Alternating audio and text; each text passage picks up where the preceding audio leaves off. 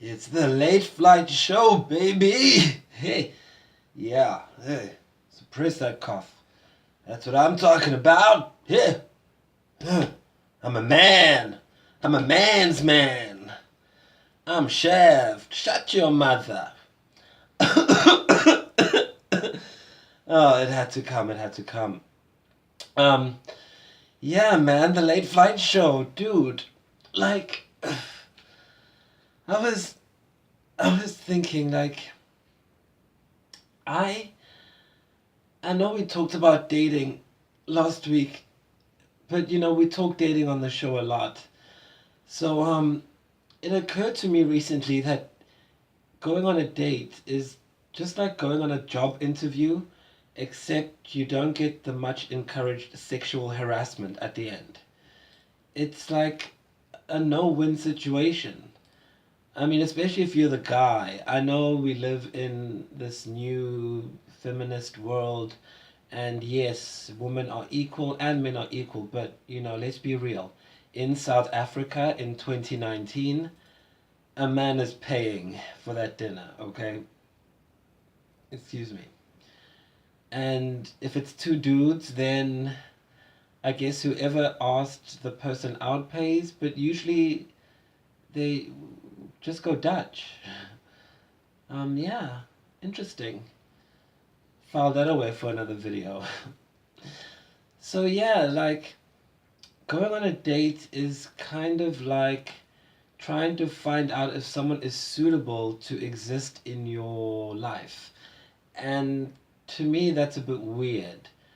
That's extremely troubling, actually, that you would go on a process to find a person who matches what you want so then you can, I don't know, live happily ever after, whatever that is.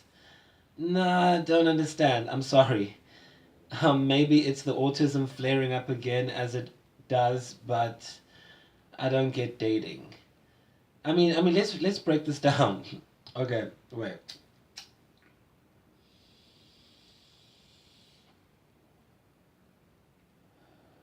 So you see someone you like, right?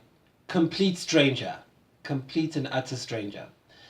You go up to them, or maybe you see their profile on a social networking site and you send them a friend request. You message them hi. You go up to them at a bar and you say hi. Then you start this corny, forced conversation with them. Also, you can get their number. That's the first part that just makes me like, okay. It doesn't make no sense. That's how you get the killer. You walk up to strangers. Your mama said don't talk to strangers. You want to walk up to strangers, ask them for their number, give them your number. You in danger, girl. So now you have this person's number, and now you have to wait, what, 3 days before you text? Like that's the rule or something? So now in the midst of living your life, you're counting down 3 days, which is weird in and of itself. Oh, this one is spent. Let's fill a fresh bowl. So now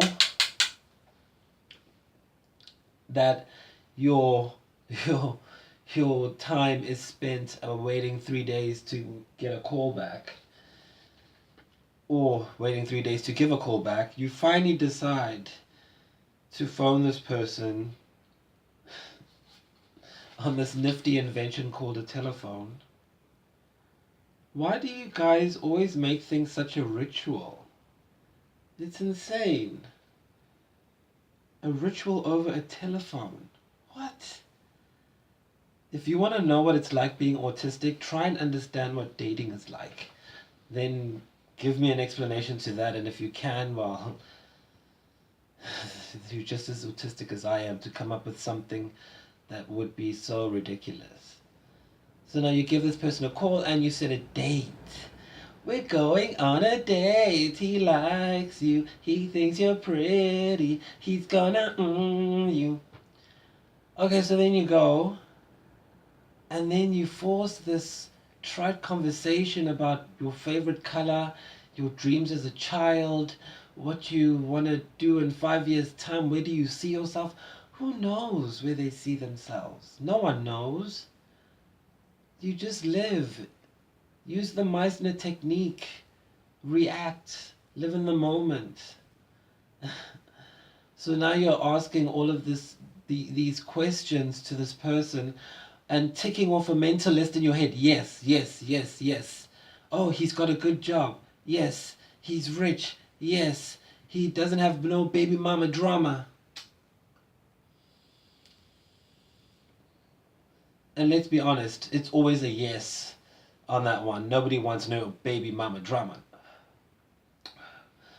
So now you ticking this mental list in your head and they're doing the same to you, or maybe not. Maybe they just want to use you as a sex toy. So now you tick off this list and then you decide to do these dates a couple more times, after which time you think you'll surmise whether or not you should be with this person for the rest of your life. What? It's a stranger. You humans are really fascinating. I think that's what I love most about humans.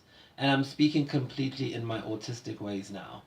Like, humans are so innocent and so hopeful and so caring and loving. Humans are the reason I love my job. I mean, as an actor, I love helping you guys deal with your psychological stress and your traumas. I know I said in another video that I don't think it's good to share those things, but again, I did say it is good to share them if they heal in a way. And I don't want to sound like a star child indigo, which I am, but yeah, acting heals, and there's something about people just telling you their stories that really, really resonate. So, I mean, for me, asking somebody, random questions on a date about their favorite color is not really a way to go about it, I would think. And also, why a stranger?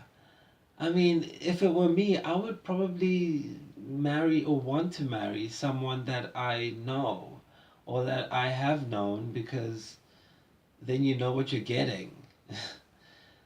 And you really can't complain afterwards, which I feel a lot of people do. And then people say that the love ran out, but that's not, no, there's no such thing. You can't love someone one day and then wish them death the next. That does not make any sense to any human being. So you've got this person's attention, you finally together now, it's, many years later, and you decide to get married. So the day before your wedding, you decide to have a hen party or a stag night. Now, does that make any sense to you? You're about to commit to someone, and then you go and have gyrating strippers in your face? No. What? Now, this whole industry is really, really impressive because they've managed to trick so many people into the scam. But I admire it as an actor because that level of actormanship is really, really, really, really delicious. The ability to trick people into thinking that they're gonna fall in love and live happily ever after is one of the greatest businesses I think I've ever witnessed. And the reason I love approaching relationships like business is because business is the best of both. Business is what you know and what you can do and your talents and your skill. It's also your creativity in terms of how you make connections between ideas and concepts and bringing certain people together and working together, like the Three of Pentacles, if you follow the tarot. And so I feel like business gives you pleasure and business in the same sense. And I mean, let's not not say it. We all know hashtag me too. And I know that that's a very serious topic and a lot of people have been affected by it. But a lot of the time, well, not sometimes, some people encourage that behavior, and you know what I'm saying. You know, my people know what I'm saying. Okay, and you know, sometimes you work with really hot people. Like you just can't help it. You work with, sometimes you work with a really hot people.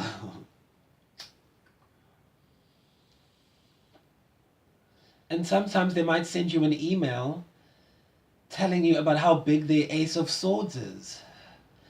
And sometimes you might need to show them your Eight of Pentacles so that they can show you their Two of Wands. Okay? And it's fun, okay? I can say, I can attest, it's fun. Business and pleasure can mix sometimes. And then you get those idiots who ruin it for everyone and they force themselves into situations. Why? Because they believe in this whole happily ever after. I'm a man, you're a woman, you're supposed to do what I want you to do. If I say have sex with me now, you're going to do it. And they act on that. As ridiculous as what I'm saying sounds, even on my late flight, it sounds ridiculous, but people actually believe it. Actually, a week ago, yeah, 2 weeks ago, I was at an event where the similar thing happened. It was so hilarious because it was an event about men and how men can groom themselves and grow and be better. And so someone mentioned that men were trash, and people were going on and on about it and really raising a lot of points. And then right after the debate, the one person who kept saying that men are not trash goes up to the girl that I'm speaking to, sorry, the woman that I'm speaking to, having a conversation with, and he just inserts his physical body in her personal space, and even I, who was standing half a meter away, got, ugh, a fright. I felt it for her. And it's insane because he felt like he could do that, and he kept saying, oh, you think you better than this and you stuck up, whatever, whatever. And I was thinking, but we just had a talk.